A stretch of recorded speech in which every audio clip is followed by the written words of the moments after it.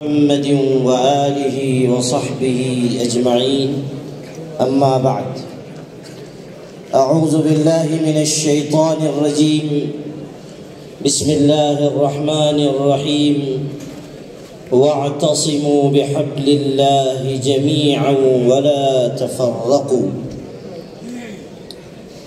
مسائل کیسے بھی ہوں تا قیامت رہ نہیں سکتے، مسائل کیسے بھی ہوں تا قیامت رہ نہیں سکتے، یہ ظالم ظلم کی بن کر علامت رہ نہیں سکتے، جن کا عزم ہے کہ ہم کو چین سے جینے نہیں دیں گے وہ جان لیں کہ خود بھی سلامت رہ نہیں سکتے۔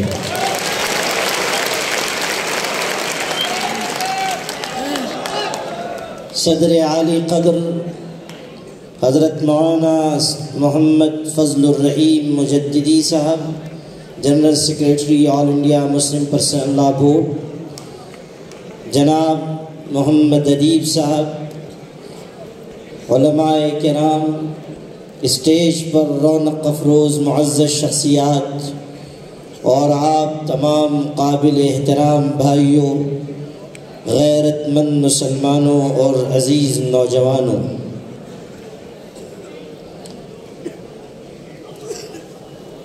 سب سے پہلی اور بنیادی بات جو مجھے آپ سے عرض کرنی ہے وہ یہ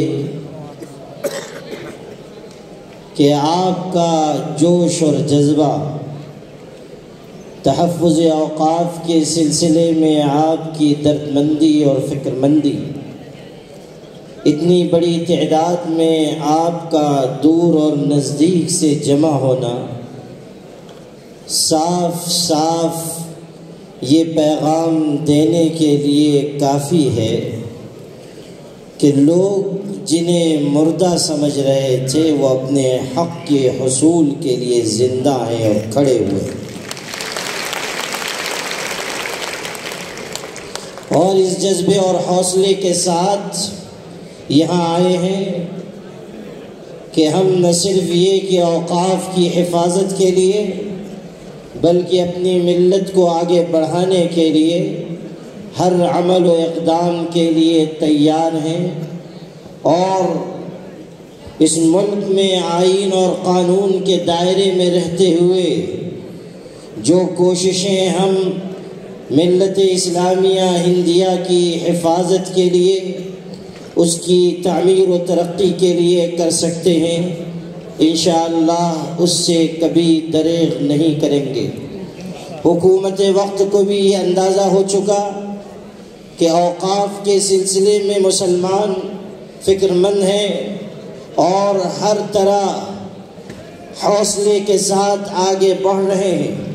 جب آل انڈیا مسلم پرسنل لا بورڈ نے یہ آواز لگائی کہ تحفظ اوقاف کے لیے جوائنٹ پارلیمانی کمیٹی کو بڑے پیمانے پر جواب دینا ہے اور ای میل کے ذریعے اپنی رائے حکومت پر JPC پر واضح کرنی ہے، اور اس کے لیے دورانیہ صرف 15 دن کا دیا گیا، اس میں سے بھی صرف 13 دن مسلمانوں کو ملے، لیکن آپ اس حقیقت کو احساس شکر کے ساتھ سنیے کہ آل انڈیا مسلم پرسنل لا بورڈ کی ایک آواز پر 4.25 کروڑ مسلمانوں نے وقف کی حفاظت کے لیے اور وقف امینڈمنٹ بل کی مخالفت کے لیے ای میل کیا اور یہ واضح کر دیا کہ کچھ دیر کے لیے ہم سو تو سکتے ہیں، مردہ نہیں ہو سکتے۔ ہمارے اندر زندگی ہے اور تازگی ہے، ہمارے اندر آگے بڑھنے کا حوصلہ ہے، ہمارے اندر اپنی اجتماعیت اور وحدت کے اوپر یقین ہے، ہمیں اپنی ملی جماعتوں اور تنظیموں کے ساتھ قدم سے قدم ملا کر آگے بڑھنے کا جذبہ ہے۔ ہمیشہ یاد رکھیے کہ مشکل حالات ہی میں قوموں کی آزمائش ہوتی ہے، ان کا امتحان لیا جاتا ہے۔ قوموں کی آزمائش اور امتحان دسترخوان پر نہیں میدان میں ہوا کرتا ہے، اور آپ نے نعرہ تکبیر، نعرہ تکبیر، مسلم پر پرسنل لا بورڈ، یوا سیوا سمیتی، آپ نے اپنے جذبے اور حوصلے سے یہ بتایا کہ اگر آپ ہماری وقف جائیدادوں کی طرف آگے بڑھیں گے تو ہم اسے کسی قیمت پر برداشت نہیں کر سکتے. اور آج بھی آپ کی موجودگی میں اور آل انڈیا مسلم پرسنل لا بورڈ کی قیادت کی موجودگی میں یہ کہنا چاہتا ہوں کہ حکومت اس بات کو اچھی طرح سمجھ لے کہ وقف جائیدادیں ہمارے باپ دادا کا عطا کیا ہوا قیمتی سرمایہ ہے، اور یہ وقف جائیدادیں کسی انسان کی ملکیت نہیں ہے، یہ اللہ کی ملکیت ہے. یہ مساجد، یہ مدارس، یہ خانقاہیں، یہ یتیم خانے، یہ امام بارگاہیں، یہ درگاہیں، یہ ملی اور تعلیمی اور فلاحی ادارے ہماری شناخت اور پہچان ہیں، اور جو ہماری شناخت اور پہچان ہو ہم کسی قیمت پر بھی اس میں مداخلت برداشت نہیں کر سکتے. یہ قانون ہمیں منظور نہیں ہے، نہیں ہے، نہیں ہے. میرے بھائیوں، آپ کو یہ سمجھنا ہوگا کہ وقف کیا ہے اور وقف امینڈمنٹ بل کیا ہے. وقف اللہ تعالیٰ کے نام پر دی جانے والی جائیداد ہے جو انسان اپنی ملکیت سے نکال کر اللہ تعالیٰ کی ملکیت میں دے دیتا ہے. قرآن پاک میں اعلان ہوا لن تنالوا البر حتى تنفقوا مما تحبون. تم نیکی کے کمال اور عروج کو اس وقت تک پا نہیں سکتے جب تک کہ تم اللہ کی راہ میں اپنی پسندیدہ چیز خرچ نہ کرو. مسلمانوں میں جو انفاق کا جذبہ پیدا ہوا، مسلمانوں میں جو خرچ کرنے کا جذبہ پیدا ہوا، وہ اللہ تعالیٰ کی، اللہ کے پاک کلام کی آیات اور حضور کی روایات کی وجہ سے پیدا ہوا. آج کچھ لوگ جوش جذبے میں ہمارے بعض مقرر اور وائز بھی کہنا شروع کر دیتے ہیں کہ مسلمانوں کو فلاں تنظیم سے خرچ کرنا سیکھنا چاہیے، مسلمانوں کو فلاں جماعت سے خرچ کرنا سیکھنا چاہیے. اور مجھے کوئی لاگ لپٹ نہیں ہے. لوگ کہتے ہیں کہ RSS سے سیکھیے کہ کس طرح اپنے مشن کے لیے خرچ کیا جاتا ہے. میں آپ سے علی الاعلان علی وجہ البصیرہ کہتا ہوں کہ اس گئے گزرے دور میں بھی اگر ساری دنیا میں آسمان کے نیچے اور زمین کے اوپر اپنے حق حلال کی کمائی سب سے زیادہ خرچ کرنے والی کوئی قوم ہے تو وہ مسلمان ہے. ہمیں کسی کی مثال کی کوئی ضرورت نہیں، ہمیں کسی کا نمونہ دکھانے کی کوئی ضرورت نہیں. ہمارے باپ دادا نے اپنے حق حلال کی کمائی اللہ کے راستے میں دی، مسجدیں بنوائی، مدرسے قائم کروائے، اور یتیم خانے اور تعلیم گاہیں انہوں نے قائم کی. اپنے ذاتی صرفے سے انہوں نے اپنی ملت کی تعمیر و تشکیل کے لیے ایک بنیاد رکھی. اور آج وہی وقف جائیدادیں ملک کے طول و عرض میں بکھری ہوئی ہیں. وقف امینڈمنٹ بل ایسا بنایا گیا ہے کہ جس کی وجہ سے وہ وقف جائیدادیں ہمارے ہاتھ سے نکل جائیں، مساجد پر، مدارس پر، یتیم خانوں پر اور امام بارگاہوں پر کسی بھی وقت کو یلغار کی جا سکے.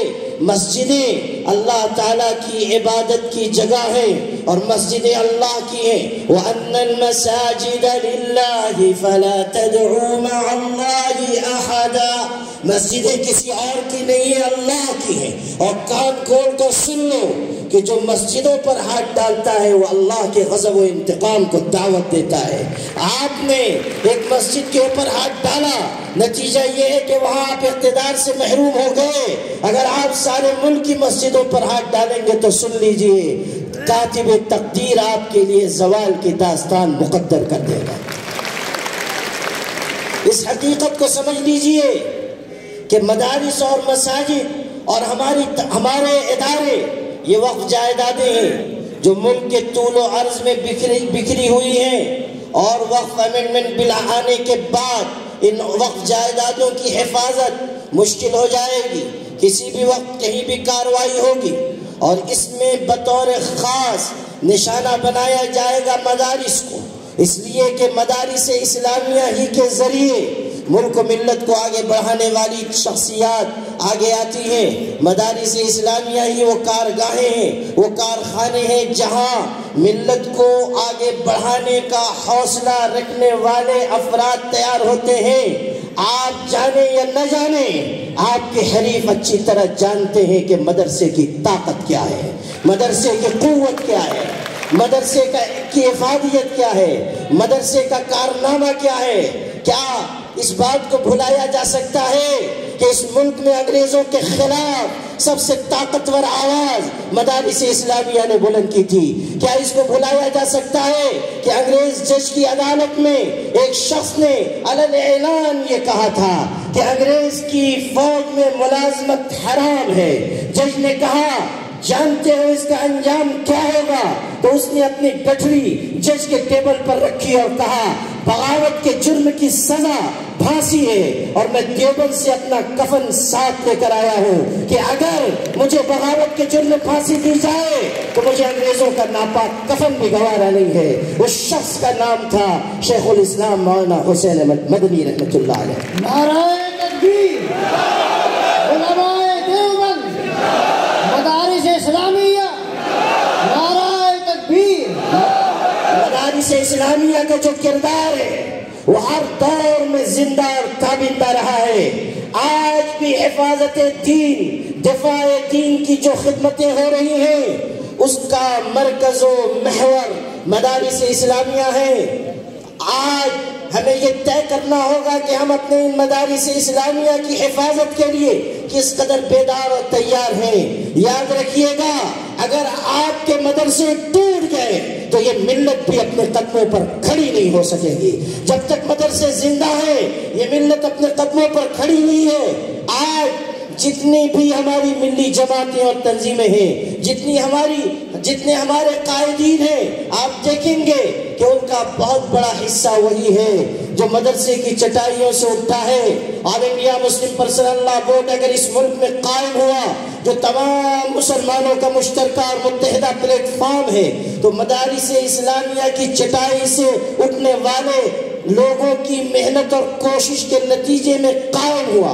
مولانا منت اللہ رحمانی رحمت اللہ علیہ نے آواز لگائی اور پھر حکیم الاسلام قاری محمد طیب صاحب رحمت اللہ علیہ شریک ہوئے اور پھر دیوبند سے ملک میں آواز لگائی گئی۔ اور آپ کو سن کر خوشی ہوگی کہ ان علماء کی ایک آواز پر ملت اسلامیہ متحد ہوئی، متفق ہوئی، وحدت کلمہ کی بنیاد پر ایک اجتماعی پلیٹ فارم تیار ہوا۔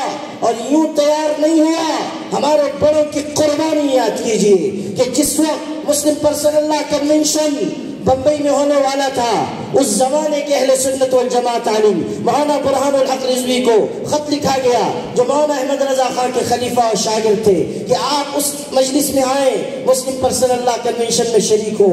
انہوں نے جواب نہیں دیا، پھر جواب نہیں دیا، ان کو شرح صدر نہیں تھا۔ بالآخر حکیم الاسلام مولانا قاری محمد طیب صاحب اور امیر شریعت مولانا منت اللہ رحمانی صاحب سفر کر کے گئے، ان کی مجلس میں شریک ہوئے، جہاں جوتے چپل اتارے جاتے ہیں وہاں بیٹھے۔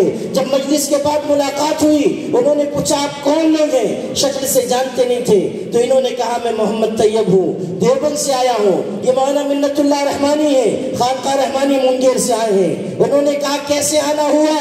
تو قاری طیب صاحب نے اپنی ٹوپی اتار کر ان کے قدموں میں ڈال دیا اور کہا کہ میں اس ملک میں تحفظ شریعت کی بھیک مانگنے کے لیے آیا ہوں۔ نعرہ تکبیر، نعرہ تکبیر، مسلم پرسنل لا بورڈ، تحفظ ختم نبوت، علماء دیوبند۔ آل انڈیا مسلم پرسنل لا بورڈ آج وہ مشترکہ اور متحدہ پلیٹ فارم ہے جو ملت اسلامیہ کی رہنمائی کر رہا ہے۔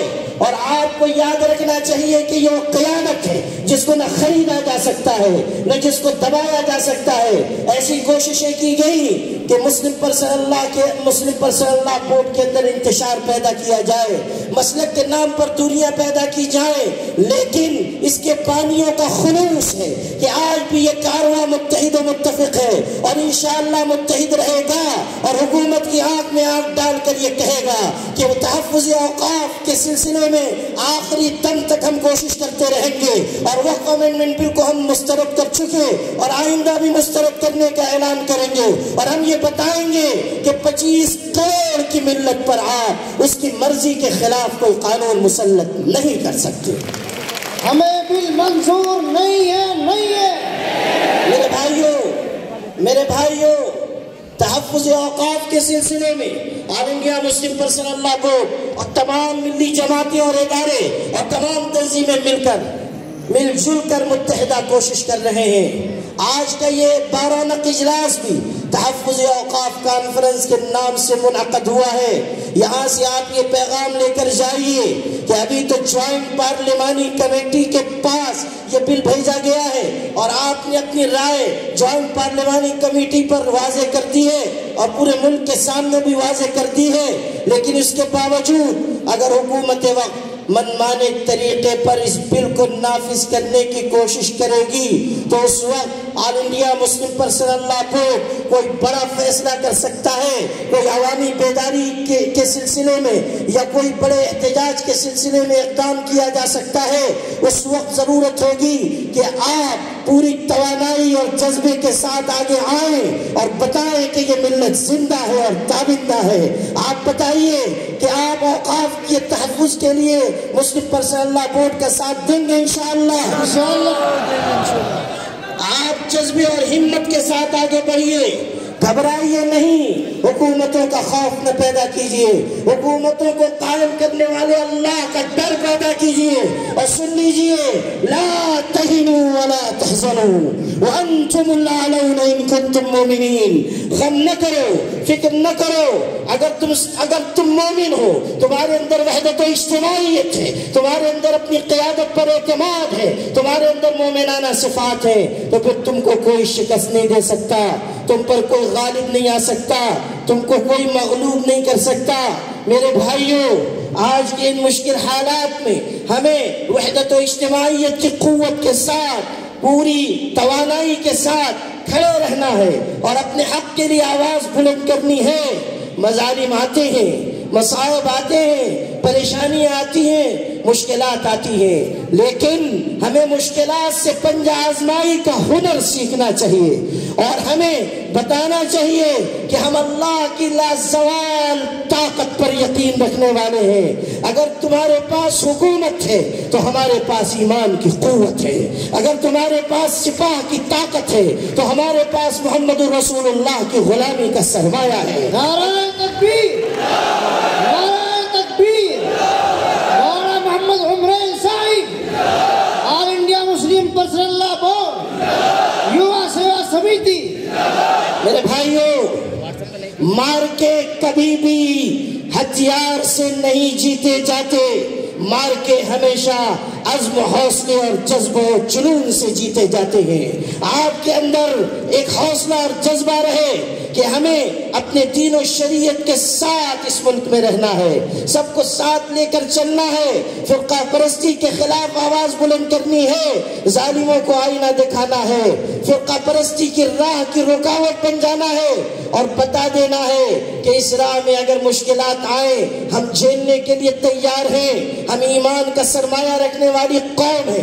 دنیا کیا نہیں دیکھ رہی ہے کہ 1.5 سال سے ظلم و ستم اور کرب کے مرحلوں سے گزارے جانے والے لوگ آج بھی سرزمین پر سینہ کھول کر کھڑے ہوئے ہیں کہ تمہاری گولیاں کم پڑ جائیں گی، ہمارے سینے کم نہیں پڑیں گے. نعرہ تکبیر. مولانا محمد عمرین صاحب، آل انڈیا مسلم پرسنل لا بورڈ. فلسطین کے مسلمان جس عزم و عزیمت کے ساتھ ساری دنیا کی ظالم و جابر طاقتوں کو آئینہ دکھا رہے ہیں، وہ یہ بتانے کے لیے کافی ہے کہ تم ہماری عمارتوں کو گرا سکتے ہو، ہمارے ایمان و یقین کو شکست نہیں دے سکتے. تم ہمیں قتل کر سکتے ہو لیکن تم ہمارے دل سے توحید کی دولت چھین نہیں سکتے. جہاں کے بچے یہ کہتے ہو کہ ماں باپ چلے گئے، بھائی بہن چلے گئے، گھر گر گیا، رشتہ دار رخصت ہو گئے، کنبہ بکھر گیا، خاندان مٹ گیا، ہمیں کوئی غم نہیں. پوچھنے والے پوچھتے ہیں تم دنیا میں تنہا رہ گئے کیسے جی سکو گے؟ تو وہ بچہ پکار کر کہتا ہے حسبنا اللہ و نعم الوکیل، اللہ ہمارے لیے کافی ہے اور وہ بہترین کارساز ہے. کوئی دوسری مثال اس ایمانی جذبے کی کہ صنف نازک ایک ماں خاتون اپنی گود میں اپنے خون میں نہائے ہوئے بچے کی لاش لے کر بیٹھی ہوئی ہے، اس کے پہلو میں شوہر کی خون میں نہائی ہوئی لاش ہے، شوہر بھی رخصت، بیٹا بھی رخصت، تو اب توجہ زوجہا وابنہا، اپنے شوہر کو بھی اپنی اولاد کو بھی الوداع کہہ رہی ہے، اس شان کے ساتھ کہ آسمان کی طرف نگاہ اٹھا کر دیکھتی ہے اور کہتی ہے اللہ میں اس پر بھی تیری تقدیر کے فیصلے سے راضی ہوں۔ یہ ہے ایمان کی قوت، یہ ہے یقین کی قوت۔ شہادت مطلوب و مقصود مومن، نہ مال غنیمت نہ کشور کشائی، یہ غازی یہ تیرے پراسرار بندے جنہیں تو نے بخشا ہے ذوق خدائی، دو نیم ان کی ٹھوکر سے صحرا و دریا، پہاڑ ان کی ہیبت سے سمٹ کر ہرائی۔ یہ ہے وہ مسلمان جن کے بارے میں اعلان ہوا وَكَأَيٍّ مِّن نَبِيٍّ قَاتَلَ مَعَهُ رِبِّيُّونَ كَثِيرٌ فَمَا وَهَنُوا لِمَا أَصَابَهُمْ فِي سَبِيلِ اللَّهِ وَمَا ضَعُفُوا وَمَا اسْتَكَانُوا وَاللَّهُ يُحِبُّ الصَّابِرِينَ۔ اللہ جم جانے والوں کو پسند کرتا ہے، اللہ مشکلات سے پنجہ آزمائی کرنے والوں کو پسند کرتا ہے، اللہ اپنے حقوق کی بازیابی کی جد و جہد کرنے والوں کو پسند کرتا ہے۔ بزدل اللہ کو پسند نہیں، اپنے پالے بدلنے والے اللہ کو پسند نہیں، ملت سے غداری کرنے والے اللہ کو پسند نہیں، مصلحت کے نام پر غلاف اوڑھ کر خوابگاہوں میں چلے جانے والے اللہ کو پسند نہیں۔ وہ ملت کے بھی مجرم ہے اور خدا کے بھی مجرم ہے، وہ ملت کی نگاہ میں بھی ناپسندیدہ ہے، اللہ کی نگاہ میں بھی ناپسندیدہ ہے۔ ہمیں تو ان مشکل حالات میں پوری توانائی اور حوصلے کے ساتھ اور وحدت کے ساتھ آگے بڑھنا چاہیے اور اللہ پر یقین رکھنا چاہیے اور یہ سمجھ لینا چاہیے کہ یہ اجتماعی کوششیں آپ کا جوش و جذبہ رائے گا نہیں جائے گا۔ ہم کہہ سکتے ہیں نور کی یہ کرن ظلمات پہ بھاری ہوگی، رات تمہاری ہے تو کیا صبح ہماری ہوگی، رات تمہاری ہے تو کیا صبح ہماری ہوگی انشاءاللہ۔ حضرات گرامی قدر، آپ کی یہ ذمہ داری بھی ہے کہ ایک طرف جہاں آپ حکومت کو پیغام دیں، وہیں حکومت کی حلیف پارٹیوں کو بھی آپ بتائیں کہ آپ کا کردار وقف امینڈمنٹ بل کے سلسلے میں کیا ہونا چاہیے۔ نتیش کمار ہو یا نائیڈو ہو، ان کو آپ کو ملت اسلامیہ کو بتانا ہوگا کہ آپ اگر ہمارے ووٹوں کی وجہ سے اقتدار کی کرسی تک پہنچ سکتے ہیں تو آپ نے اگر مشکل وقت میں ہمارا ساتھ نہ دیا تو ہم وہ ہیں کہ ہم جائیں گے نہیں، آپ کو بھی ساتھ لے کر چلے جائیں گے۔ ماشاءاللہ۔ اتنا ہلکا پھلکا مت سمجھیے۔ ابھی ہمارے جناب محمد ادیب صاحب نے یہاں بڑی دردمندانہ تقریر کی اور یہ بتایا کہ ایک فارمولے کے ساتھ وزیر اعظم آئے تھے کہ مسلمانوں کو کاٹ کر الیکشن جیت کر بتائیں۔ ایک مرحلے میں وہ کامیاب ہوئے، لیکن کیا یہ سچائی نہیں ہے کہ جب آپ نے اپنی طاقت اور وحدت کو پھر مجتمع کیا تو اس وقت پورے ملک کی سیاسی پارٹیوں کو آپ کے سیاسی وزن کا پتہ چل گیا اور وہ یہ مجبور ہے اس پر کہ کسی طرح آپ کو رجھانے کی کوشش کریں، آپ کو لبھانے کی کوشش کریں۔ اس لیے ان پارٹیوں سے بھی ہمیں صاف صاف بات کرنی چاہیے اور ان تک پیغام پہنچانا چاہیے۔ All India Muslim personal law board مختلف مرحلوں میں کوششیں کر رہا ہے۔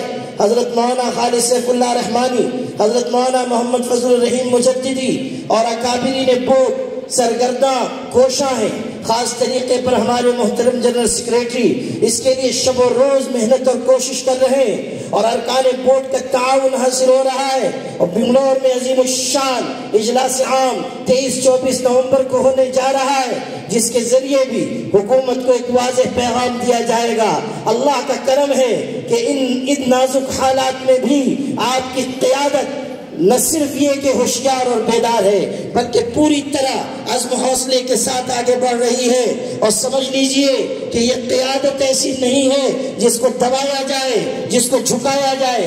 مولانا منت اللہ رحمانی اس زمانے کے وزیر اعظم چندر شیکھر کے پاس گئے تھے، مسلم پرسنل لاء بورڈ کا وفد لے کر، فسادات کا زمانہ تھا۔ وزیر اعظم نے کہہ دیا کیا ہندو کیا مسلمان، سب نے بھنگ کے کنویں سے پانی پی رکھا ہے۔ مولانا منت اللہ رحمانی نے کہا وزیر اعظم صاحب اگر ہندوؤں اور مسلمانوں نے بھنگ کے کنویں سے پانی پیا ہے تو آپ بتا دیجئے کہ آپ نے اور حکومت نے بھنگ کے کس کنویں سے پانی پی رکھا ہے۔ یہ ہے آپ کی قیادت۔ یہ ہے آپ کی اجتماعیت۔ جس وقت داڑھی ٹوپی کا مسئلہ تھا، حضرت مولانا محمد ولی صاحب رحمانی نے مسلم پرسنل لا بورڈ کی طرف سے اس وقت کے وزیر اعظم منموہن سنگھ سے بات کی۔ جسٹس کارچو نے ایک فیصلہ دیا تھا، انہوں نے فرمایا، وزیر اعظم سے کہا کہ جسٹس کارچو نے استورا خرید لیا ہے، وہ سارے ہندوستان کے لوگوں کی داڑھی مونڈنا چاہتے ہیں، آپ بتا دیں کس تاریخ کو آپ اپنی داڑھی کٹوائیں گے، اگلی تاریخ پر میں اپنی داڑھی بھی کٹوا دوں گا۔ وزیر اعظم سے اس لب و لہجے میں گفتگو کی۔ اسی لیے ہم کہہ سکتے ہیں یہ الگ بات ہے کہ چپ چاپ کھڑے رہتے ہیں، پھر بھی جو لوگ بڑے رہتے ہیں، ایسے درویشوں سے ملتا ہے ہمارا شجرہ جن کی ٹھوکر میں کئی تاج بڑے رہتے ہیں۔ آخری پیغام کے طور پر 3 باتیں آپ سے عرض کر کے رخصت چاہتا ہوں۔ تحفظ اوقاف کی جو کوششیں ہو رہی ہیں اس میں آپ کی شرکت، آپ کا جذبہ، آپ کا اقدام و عمل شامل و شریک رہے، لیکن ملک کے ان موجودہ حالات میں ہمیں چند فیصلے کرنے ہوں گے، ہمیں اپنے آپ کو تبدیل کرنے کے لیے، اپنے آپ کو بدلنے کے لیے آگے آنا ہوگا۔ آپ اس حقیقت کو سمجھ لیجئے کہ ہم اس حکومت کے غلام نہیں ہیں جو دہلی میں قائم ہے، ہم اس سرکار کے غلام ہیں جو مدینہ منورہ میں روضہ اطہر کے سائے میں آرام فرما رہے ہیں۔ ہمیں ان سے لازوال وفاداری کے راستے پر چلنا ہوگا۔ دنیا یہ سمجھتی ہے کہ اقتدار میں کامیابی ہے، ہم یہ سمجھتے ہیں کہ محمد رسول اللہ کی غلامی میں کامیابی ہے۔ تیری معراج کہ تو لوح قلم تک پہنچا، میری معراج کہ میں تیرے قدم تک پہنچا۔ اس جذبے کے ساتھ آگے آئیے، حضور صلی اللہ علیہ وسلم کی سنتوں پر عمل کیجئے، ان کے پیغام کو سینے میں بسائیے۔ دوسری بات، تعلیم اور معاش کے میدان میں آگے بڑھیے۔ مسلمانوں کے لیے ضروری ہے کہ وہ تعلیم اور معاش میں ترقی کریں، آگے بڑھیں، اپنی صلاحیت کا ثبوت دیں۔ اس ملت کو اگر ہمیں آگے لے جانا ہے تو تعلیم اور معاش کے میدانوں میں ہمیں آگے بڑھنا ہوگا۔ اور تیسری بات یہ ہے کہ ملک اور عالم کے مشکل حالات میں بہت زیادہ ضرورت اس کی ہے کہ ہم وحدت و اجتماعیت کو لازم پکڑیں۔ قرآن نے کہا وَاعْتَصِمُوا بِحَبْلِ اللَّهِ جَمِيعًا وَلَا تَفَرَّقُوا، اللہ کی رسی کو مضبوطی سے تھام لو اور گروہوں میں اور طبقات میں تقسیم نہ ہو۔